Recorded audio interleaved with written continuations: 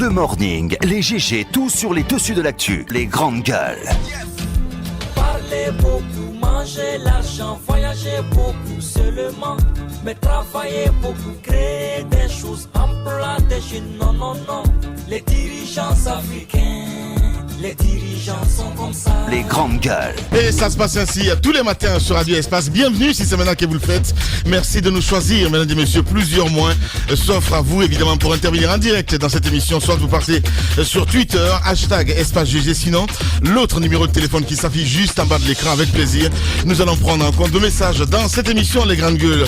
Au menu, on s'intéresse à l'actualité. À la une, l'UFDG, la principale force politique de l'opposition guinéenne, qui accuse donc le pouvoir d'Alpha Condé d'avoir voulu attenter donc à nouveau à la vie de son leader. Et là, c'est Dalen Diallo. Et celui-ci regagnait donc Conakry ce samedi 16 février après plus d'un mois donc d'absence. Et c'est le chemin menant donc au siège du parti à la minière. Des accrochages ont éclaté entre les partisans du chef de file de l'opposition guinéenne et les agents des forces de sécurité. Le leader de l'UFDG, dont le véhicule fut endommagé dans ces heures, il le dit, Titi, dit avoir perdu donc conscience, du moins momentanément, à cause d'une trop forte pression de gaz lacrymogène tiré par la police. Que s'est-il réellement passé ce jour? De quel élément de preuve dispose l'UFDG pour accuser donc le régime d'Alpha Condé avoir voulu donc attenter à la vie de son leader? Que répond la police? Nous essayons de comprendre ce matin, mesdames et messieurs, à travers M. Kalemadou Yansane, un des vice-présidents donc de l'UFDG, et M. Mamadou Kamara, contrôleur général, porte-parole donc de la police. Ils seront en direct ce matin dans cette émission. D'autres sujets viendront s'inviter à tout ceci pour votre plaisir. Bonjour Abaka Dello, bonjour. Bonjour Lamine, bonjour à tous. Voilà, allez. Bonjour Mohamed Mara. Bonjour Lamine. Bonjour Mafoudia Mangora. Bonjour Lamine, bonjour à tous. Bonjour Jacques Lewalino. Bonjour Lamine, bonjour à tous. Bien, allez, on s'intéresse à l'actualité, mon cher Titi. Lutte contre la corruption. Le PM Kassouri écrit au vérificateur général. Oui, au vérificateur général qui n'existe pas. Ouais. Pour commencer, c'est précision importante. C'est quand même assez étonnant de la part du Premier ministre, et ça a surpris tout le monde qu'on voit apparaître une institution dans un courrier venant de sa part, mais une institution qui n'existe pas, qui n'a pas encore été créée officiellement, du moins. Peut-être sauf dans la tête, dans l'esprit du Premier ministre. Parce que nous sommes renseignés, je pense que nous sommes aussi des journalistes politiques avertis, nous suivons la marche sociopolitique de notre pays. Pour le moment, en Guinée, il n'y a pas de vérificateur général. Moi, je sais qu'au Mali, par exemple, c'est une institution qui existe. C'est le Mali où j'ai débuté ma carrière de journaliste. Le vérificateur général est une institution qui est si vous voulez, l'institution suprême de contrôle de gestion de la gestion publique au Mali. Et pour le moment en Guinée, ce n'est pas que... Et je me posais la question, pourquoi en Guinée on n'arrive pas à créer, à mettre en place une telle institution? Je pense que le Premier ministre veut envoie un peu un signal, ou les prémices de la création de cette institution. Sauf que pour le moment, elle n'existe pas. Mais donc, pour ma part, son courrier est nul et de nul effet. Pour ma part. Parce que il s'adresse à une institution qui n'existe pas. Il veut que cette institution mène des missions de vérification au sein d'un certain nombre d'établissements publics, d'un deuxième lot d'établissements publics et parapublics, à savoir les impôts, les douanes, la SGP, la Société de sauvegarde de l'environnement, mais aussi l'ANAIM, l'Agence nationale d'aménagement des infrastructures minières. Ce sont ces cinq institutions, ces cinq établissements publics et parapublics qui sont visés par le courrier du Premier ministre, Dr Ibrahima Kassouri Fofana. Les grandes gueules. L'institution à laquelle il s'adresse, ou la structure à laquelle il s'adresse et à laquelle il confie cette mission, cette institution n'existe pas. J'analyse de cette façon son courrier. Pour ma part, le Premier ministre, il essaie de donner le ton de la mise en place d'une institution donc qui n'existe pas, le vérificateur général, qui va, de mon point de vue, qui va englober, absorber les grandes gueules, qui va être l'institution suprême de contrôle de la gestion publique en Guinée. Vous savez qu'en ce moment, vous avez, outre la Cour des comptes, vous avez l'inspection générale des finances, vous avez l'inspection d'État, Donc vous avez un certain nombre de corps de contrôle de la gestion publique. Est-ce que le Premier ministre veut aller dans le sens à faire en sorte que toutes ces institutions soient absorbées par ou soient coiffées par une institution suprême qui va s'appeler le vérificateur général? Est-ce qu'il est dans cette logique-là? Si c'est le cas, je pense qu'il devrait attendre que l'institution soit créée, qu'elle soit officiellement mise en place.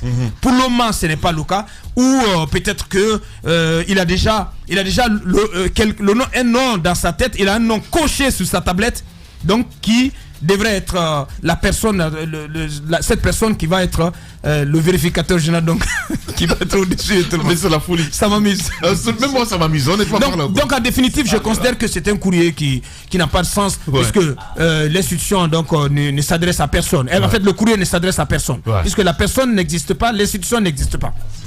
Oui, allez-y, Jacques. Peut-être qu'il existe et que nous ne le connaissons pas. C'est aussi une possibilité. C'est le comble de l'amateurisme, quand même. Honnêtement, c'est la folie. Le vérificateur général, c'était qui finalement, puisque ce n'est même pas à la structure, c'est au vérificateur lui-même. Donc ça veut dire qu'il est quelque part en Guinée. Il va dans... Bon, au fait, c'est une façon de parler. Peut-être qu'il va être amené justement à aller faire cette vérification. Mais je crois que la mission qu'il voudrait... Oui, la mission qu'il voudrait assigner, n'est-ce pas, à ce vérificateur général. Je crois qu'il y a déjà beaucoup de possibilités qui sont offertes, non seulement à son cabinet, mais également à ces structures dont parlait Bakar tout à l'heure, l'inspection des finances, l'inspection d'État, pour voir, n'est-ce pas, un certain nombre de choses. Je crois qu'on parle de la conformité juridique, la conformité, disons, des dépenses et autres. En ce moment, on peut être amené à penser à une autre institution. Mais si, au niveau du département, non, au niveau de la primature, on a des instruments qui peuvent, n'est-ce pas, aider le Premier ministre à avoir un regard sur le fonctionnement de ces institutions, c'est déjà quelque chose sur laquelle on pouvait bien miser. La dernière fois, nous étions là en train de parler de la Mamri. On a vu derrière cette volonté pour le Premier ministre d'avoir, si vous voulez, la même mise sur la gestion, si vous voulez, de ces sociétés publiques, de ces sociétés qui génèrent donc de l'argent. Donc il y a déjà cette volonté qui était derrière. Maintenant, on amène quelque chose ou quelqu'un qui va être l'œil du Premier ministre pour vérifier et pour lui rendre compte directement.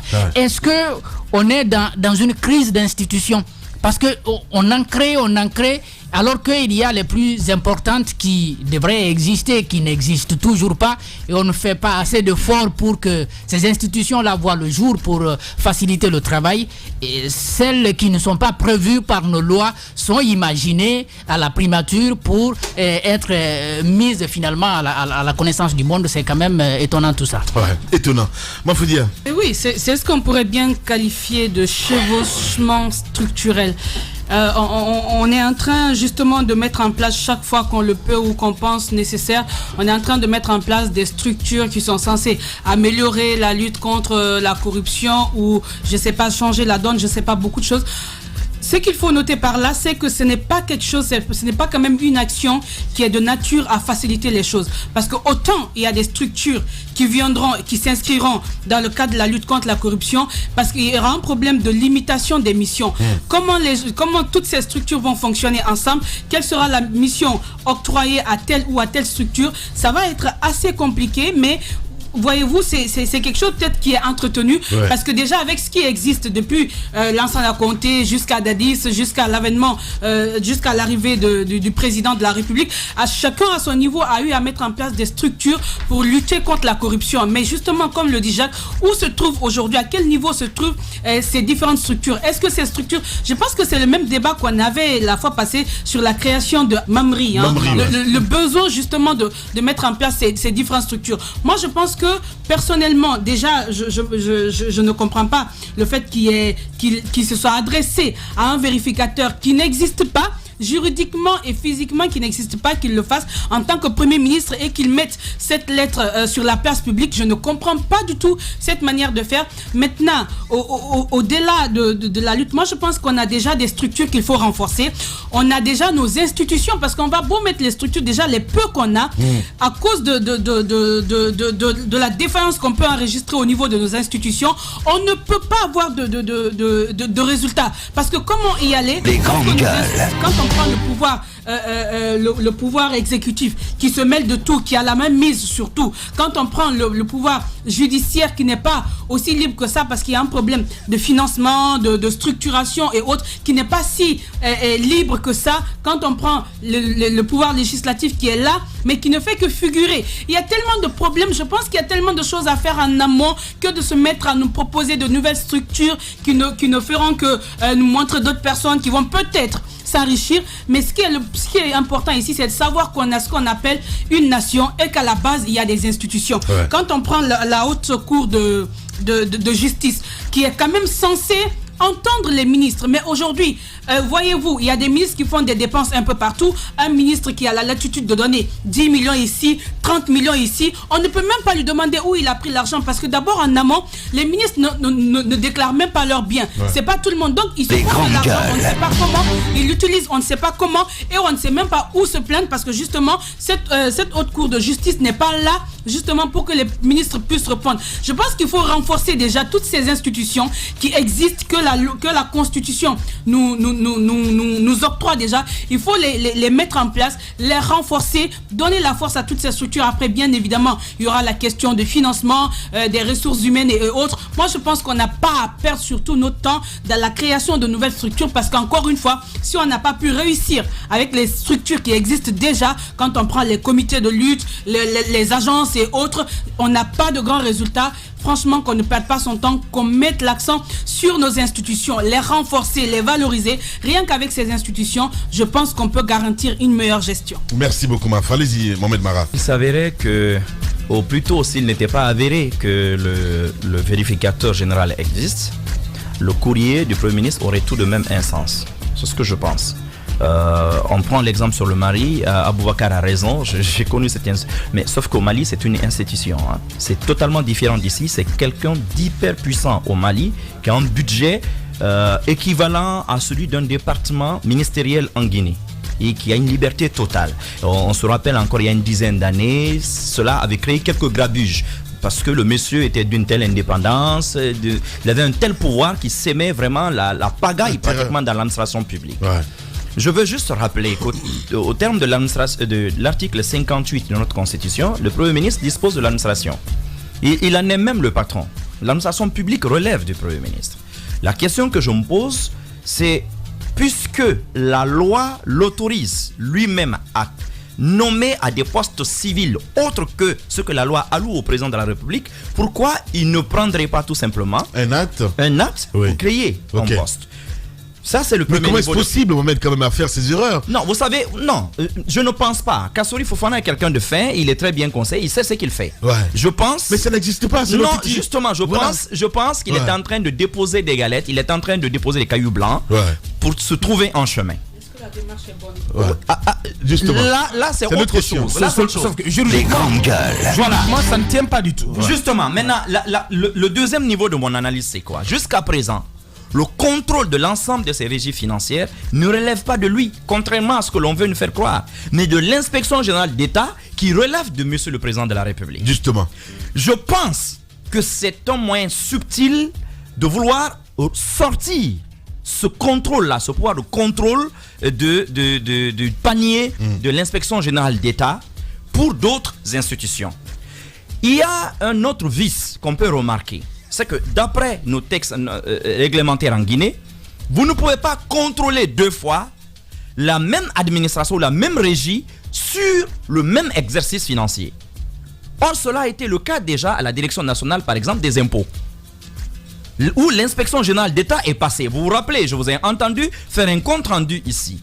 Alors, que monsieur le Premier ministre s'adresse à un vérificateur entre guillemets fictif ou factif pour aller à nouveau contrôler les comptes d'une régie qui a déjà fait l'objet d'un contrôle, on peut se poser toutes les questions. Soit aujourd'hui, le Premier ministre cherche à apporter en réalité l'onction, parce qu'on se demande pourquoi c'est seulement 3 régies qui ont fait l'objet à ce jour, Très bonne question, Mohamed. à ce jour de contrôle. Ouais. Il n'y a pas que ces régies. Il n'y a pas que ces régies. Ouais. Or, il y a d'autres régies dont on pense que les patrons sont très proches de lui. Ouais. Est-ce que ce n'est pas un moyen de détourner l'attention en mettant en place un contrôleur général qui, en fin de compte, relèverait de lui et dont la mission serait dans ce cas-là, puisque lui, il est celui qui va gérer, il est celui qui va contrôler. Donc, il va évincer ceux dont les têtes ne lui plaisent plus. Et secondo, il va apporter son onction à ceux-là qui sont censés être proches de lui. Bah oui. Moi, je me pose plutôt ces questions. Ouais. Mais un acte qu'il prend et qu'il adresse, regardez bien les ampliations, au vérificateur général, à monsieur le président de la République, au ministre du plan, de l'économie, des finances et du budget, mais aussi aux différents services concernés, on ne peut pas me dire que cela n'a pas de sens. Je pense qu'il faille aujourd'hui en réalité poser la question à monsieur Kassori Fofana. Peut-être que le vérificateur général a été nommé, mais même si c'est le cas, ou s'il y a déjà quelqu'un dans les coudes, parce que c'est vraiment l'impression qu'on a, il veut peut-être aujourd'hui aller vers la création de cette institution. Moi, je me pose des questions. Parce que si au moins aujourd'hui, on peut apporter un peu de crédit au travail d'audit qui est fait, notamment dans les 3 premières régies, et peut-être pour le travail qui va être fait, c'est parce que cette institution-là relève directement du président de la République et qu'on pense que ni la primature, ni les départements n'ont de pouvoir sur notamment l'inspection générale d'État. Parce que le cas de la Lunagui, par exemple, c'était le contraire.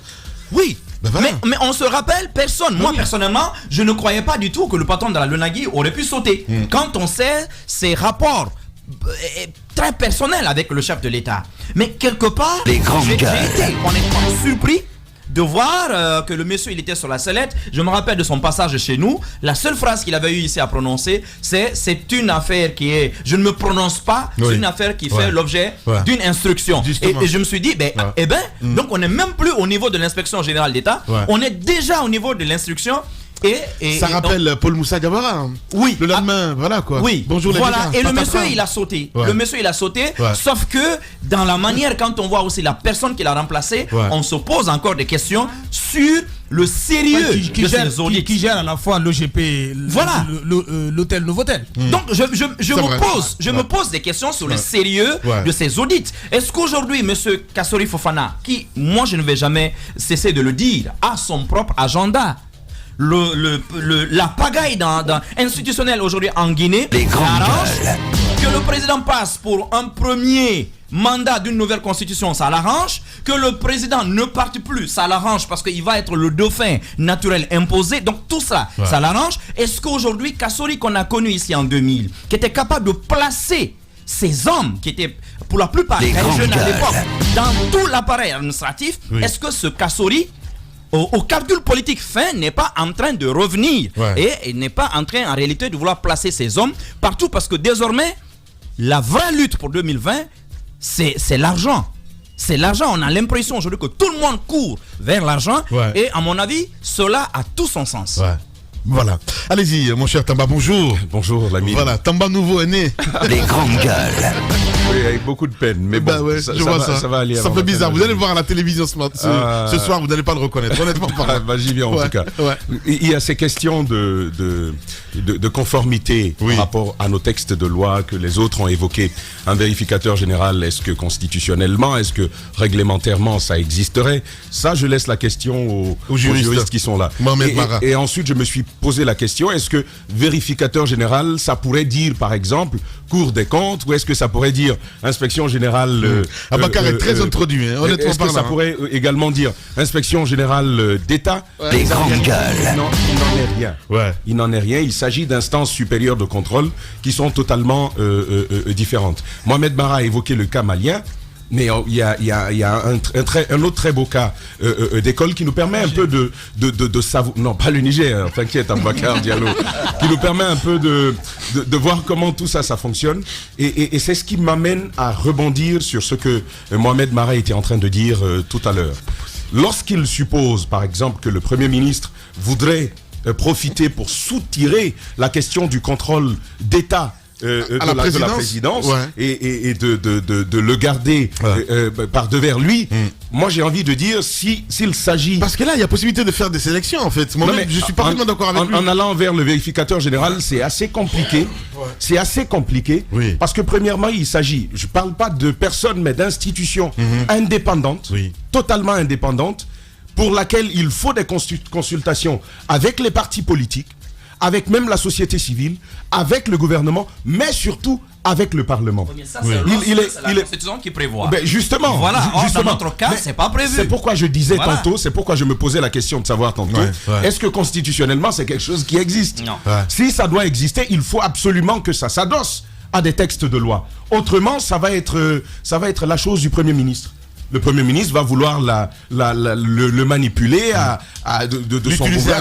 Absolument, absolument. Ouais. Et d'ailleurs, moi, je me pose une question aujourd'hui. Mohamed Mara était en train déjà de le dire. La Direction nationale des impôts avait déjà fait l'objet d'un contrôle de l'inspection générale d'État. Et je rappelle qu'il y a quand même l'inspection générale d'État. Il y a les inspecteurs de finances qui relèvent du ministère de l'économie et des finances. Il y a Donc, la Cour... le Premier ministre. Exactement, il y a la Cour des comptes. Les grandes gueules. Alors, si en plus de tout ça, il nous faut un vérificateur général, je veux savoir ce qu'on veut bien faire. Ce qu'on veut bien faire de la question de la corruption en Guinée. Est-ce qu'on veut en faire un branle-bas où tout le monde vient, chacun fait son petit contrôle? C'est-à-dire que l'inspection générale, comme ça l'a été au niveau de la LONAGUI, l'inspection générale d'État est venue. La Cour des comptes également est venue. Contrairement à ce qui a laissé, ce qu'on a entendu dans la presse et un peu partout, écoutez, ce monsieur, il va vraiment avoir chaud. Parce que au-delà du rapport de l'inspection générale d'État, il y a ce rapport de la Cour des comptes qui va être brandi très très bientôt. Et donc, ce n'est pas fini pour lui, même si la question se réglait d'une certaine manière. Il y a pas mal de choses, justement, qui sont reprochées à ce directeur général. Moi, je veux dire, il faut qu'on soit un peu organisé. Premièrement, que l'on sorte du discours. Parce que j'ai comme l'impression que la lutte contre la corruption, c'est juste une question de discours. Pour coller aux impératifs démocratiques, il faut dire aux gens, bah écoutez, en Guinée, nous luttons contre la corruption, la malgouvernance. Ouais. Et pour preuve, nous avons l'inspection générale d'État, nous avons les inspecteurs de finances, nous avons la Cour des comptes, et puis le vérificateur général, le grand vérificateur. Lui, il vérifie chez le gouvernement, il vérifie chez les instances d'État, toutes les sociétés étatiques, lui, il vérifie tout seul, ce grand vérificateur général. Et donc, on va nous dire cela, ça c'est une chose. Mais au-delà de ça, ça crée du désordre. Et il faut éviter ce désordre dans le contrôle. Sinon, finalement, on va se perdre. Qui a raison quand l'inspection générale d'État va dire aux impôts, il n'y a pas de problème du tout? Et que le vérificateur général vienne dire, ah bah non, là-bas il y a des problèmes. Ouais. Finalement, à quel sein est-ce qu'on va se vouer? Ça, c'est une autre question que je me pose aujourd'hui. Et pour terminer, j'ai envie de dire, il faut que l'on respecte les grandes gueules. Même si on veut prendre une décision, il faut s'assurer que c'est d'abord conforme à la loi. La beauté de la démocratie, c'est ça. Ouais. On peut apporter des solutions. Tant qu'elles sont conformes à la loi, elles sont bonnes, elles sont démocratiques. Mais lorsqu'elles ne sont pas conformes à la loi, eh bien, il ne faut pas inventer une roue qui existe déjà. Il y a des façons de faire qui sont élaborées. La démocratie, ce n'est pas nous qui avons créé. Il faut simplement copier, quoi. Justement, pendant ce temps, les manifestations sont interdites, il faut le dire, car ça c'est une violation de la Constitution. Oui, effectivement. C'est pas toujours rêvé, hein. Oui, effectivement. Faut le dire. Oui. Les grandes gueules. Ça c'est un autre débat. Ouais. Mais sur le cas dont nous parlons, et au-delà après tout ce qui a été dit, moi je pense que ce qui est à recommander au Premier ministre, c'est tout simplement de rapporter ce courrier, de le rapporter.